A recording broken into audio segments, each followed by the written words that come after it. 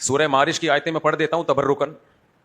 ہم نے سورہ معارج میں جو آیتیں چل رہی تھیں, کلا انا خلقناہم مما یعلمون, اللہ فرماتے ہیں ہم نے انسان کو جس پانی سے بنایا ہے ہمیں معلوم ہے. اللہ تعالیٰ انسان کو اس کی اوقات یاد دلاتے ہیں اس میں. آج تو کہ ترقی کا دور ہے نا, ناسا کی ویڈیوز آپ دیکھیں جو یوٹیوب پہ فیس بک پہ آتی ہیں, میں تو دیکھتا ہوں بڑے شوق سے. کل رات میں نے آدھا گھنٹہ کی ایک ویڈیو دیکھی ہے بیٹھ کے, حالانکہ میرے پاس ٹائم نہیں ہے کچھ دیکھنے کا, پھر بھی اتنا شوق ہے کہ کیا کیا آسمانوں میں ہو رہا ہے, کون کون سے ستارے سیارے دریافت ہو چکے ہیں, اتنے کروڑ کلومیٹر دور ہم سے, اتنے ارب اتنے ملین سال کلومیٹر دور ہم سے. آج میں نے کل سے چائے نہیں پی ہے تو تھوڑا سا 2-4 گھونٹ لوں گا تاکہ کھوپڑی صحیح کام کرے. تو 2 منٹ آپ لوگ ذرا ٹھہر جائیں یار, مجھے ٹھنڈا پانی کہیں سے دے دیں ذرا, ٹھنڈا پانی. ٹھہر جائیں, چائے سے پہلے نا پانی لازمی پیا کریں. اس کا فائدہ یہ ہوتا ہے اس سے چائے کی ایسیڈیٹی کم ہو جاتی ہے, چائے کی ایسیڈیٹی کم ہو جاتی ہے.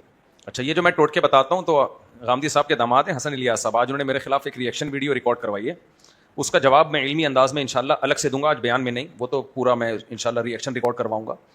لیکن انہوں نے اس میں ایک بات کہی ہے کہ بریانی بنانے کے طریقے اور جوس بنانے کے طریقے, مجھ پہ طنز کیا ہے بریانی بنانے کے, میں نے بریانی کے فضائل سنا ہے, بریانی کے طریقے نہیں بتائے, تو طنز کیا ہے کہ یہ طریقے بھی چلا رہے ہوتے ہیں. خیر, تو ہو سکتا ہے اب ایک اور وہ ہو جائے نا, کچھ لوگ اس پہ بھی کہیں دیکھو چائے سے پہلے پانی پینے کے طریقے بتا رہے ہیں, تو ایک فائدے کی چیز ہے مارکیٹ میں چل جائے تو کیا جا رہا ہے اس میں, کیا خیال ہے؟ دین کی باتوں کے ساتھ اول میں نے بریانی بنانے کا کوئی طریقہ نہیں بتایا, اور اتنا فالتو ٹائم ہے بھی نہیں کہ میں لوگوں کو بریانی بنانے کے طریقے بتاؤں. تو میں نے اب جو میں طریقہ بتا رہا ہوں چائے پینے کا طریقہ, اس پہ کچھ لوگ اور تپیں گے یار یہ کیا سکھا رہا ہے ہمیں. چائے سے پہلے پانی لازمی پی لیا کرو, اس سے چائے کی ایسیڈیٹی کم ہو جاتی ہے, یعنی چائے تیزابیت پیدا کرتی ہے معدے میں, جلن, تو یہ اس سے کچھ کمی آتی ہے, کافی حد تک کمی آتی ہے, کچھ نہیں کافی حد تک کمی آتی ہے. تو قرآن مجید کی جو میں نے آیت پڑھی ہے, کلا انا خلقناہم مما یعلمون, اللہ کہتے ہیں ہم نے انسان کو جس چیز سے بنایا ہمیں معلوم ہے. جب آپ ناسا کی ویڈیوز دیکھتے ہیں نا تو اس آیت کا مطلب سمجھ میں آتا ہے. جب بھی کوئی سائنسی ویڈیو دیکھو یوٹیوب پہ فیس بک پہ, علمی چیزیں دیکھا کرو, اوٹ پٹانگ چیزیں دیکھ کے ٹائم ضائع مت کیا کرو, کوئی کارآمد چیزیں دیکھا کرو. تو اتنی بڑی کائنات اللہ نے بنائی ہے, اتنی بڑی کائنات بنائی ہے, اب انسان اس کو ایکسپلور کر رہا ہے, سورج کے قریب پہنچ گیا, ایسے ایسے پلینٹ دریافت ہو رہے ہیں, انسانی عقل حیران ہو رہی ہے, زمین سے اتنے بڑے, زمین کی تو 2% کی حیثیت نہیں ہے ان کے سامنے. تو چونکہ یہ سب چیزیں دریافت انسان کر رہا ہے, تو جو دریافت کرتا ہے نا, ہم یہ کریڈٹ اس کو دے رہے ہوتے ہیں, جس نے بنائی ہے اس کو تو کوئی کریڈٹ دے ہی نہیں رہا. یہ بڑا دھوکا ہوتا ہے جب یہ اس طرح کی ویڈیوز ہم دیکھتے ہیں. سائنسدانوں کی ہم تعریف کریں گے, یار کیا ریسرچ ہے یار, ایک ہم ہیں. جب آپ سائنسی ویڈیوز دیکھتے ہیں نا جو شارٹس, اس میں کیا ہوگا, ناسا پہ یہ ہو رہا ہے, پھر مارس پہ یہ انہوں نے شٹل بھیجی ہوئی ہے, یہ ہماری, اچانک ہمارا کوئی کلپ آ جائے گا ہمارے کسی اسکالر کا, وہ اسکالر لمبی لمبی پھینک رہا ہوگا, تو لوگ پھر تجزیہ کرتے ہیں ایک وہ ہیں وہ کہاں جا رہے ہیں. اور آج ایک ویڈیو آئی, گھوڑے کو جو شربت پلایا جا رہا ہے نا, اسی شربت سے گلاس اٹھا اٹھا کے لوگوں کو, یعنی گھوڑے کا منہ اس برتن میں, وہ پتہ نہیں امام حسین کے نام کر دیا اس گھوڑے کو, وہ گھوڑا مقدس ہو گیا. یہ اچھا سین ہے نا. پاز کر کے میں چائے پیوں گا. بریک ہمیشہ ایسے ٹائم پر آتی ہے لی جاتی ہے جب آپ تھوڑی دیر ویٹ کریں. ٹھنڈا نہیں ہے یار, اس کو یک ٹھنڈا, ایسے تباہی والا ٹھنڈا لے کر آؤ, گرمی دیکھو کیا ہو رہی ہے بھائی. تو اب جب انسان یہ ویڈیوز دیکھتا ہے, یہ یہاں ایسی ایسی ویڈیوز جا رہی ہیں, یہ ہو رہا ہے وہ ہو رہا ہے, تو انسان کی عظمت کا قائل ہونے لگتا ہے. دیکھو یہ جو ترقی ہے نا, ترقی یہ تدریجن ہوئی ہے. تدریجن سمجھتے ہو, اسٹیپ بائی اسٹیپ, ایک دم سے نہیں یہاں پہنچ گیا انسان. تو جس نے وہ اسٹیپ کراس نہیں کیے ہوتے اس کو لگ رہا ہوتا اوف بہت کچھ ہو گیا, جو وہ اسٹیپ کراس کر چکا ہوتا ہے اس کو نہیں لگ رہا ہوتا. میں ایک آسان مثال سے بات سمجھاتا ہوں. ایک آدمی 6 منزلہ عمارت پر سیڑھیوں کے ذریعے چلتا ہوا جا رہا ہے, ایک اسٹیپ, پھر دوسرا اسٹیپ, اس کے پیچھے دوسرا آدمی ہے, اس کے پیچھے تیسرا, یہ تینوں جا رہے ہیں. جو پہلے نمبر پر ہے وہ آخری اسٹیپ پہ پہنچ گیا, دوسرے نمبر والا ہے اس سے 2 اسٹیپ نیچے ہے, تو اس دوسرے والے کو وہ جو اوپر والا ہے وہ بہت اوپر لگے گا یا تھوڑا سا اوپر لگے گا؟ بولو تھوڑا سا. وہ کہے گا بہت ترقی نہیں ہے, جتنی میں نے اس سے 2 اسٹیپ آگے. لیکن جو بیچارہ پہلے اسٹیپ پہ بھی نہیں ہے اس کو لگے گا کیا ترقی ہے یار, یہ یہاں پہنچا کیسے, اور وہ سیڑھیاں نہیں دیکھ رہا, یار کمال ہے یار.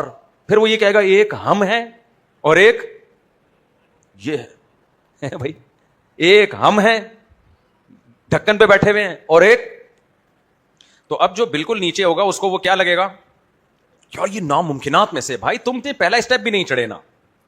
تو یہ انسان جب سے ترقی کرتا آ رہا ہے نا, ان تمام اسٹیپ کو دیکھا جائے تو لاکھوں سال لگے ہیں یہاں تک پہنچنے میں, لاکھوں سال لگے یہاں تک.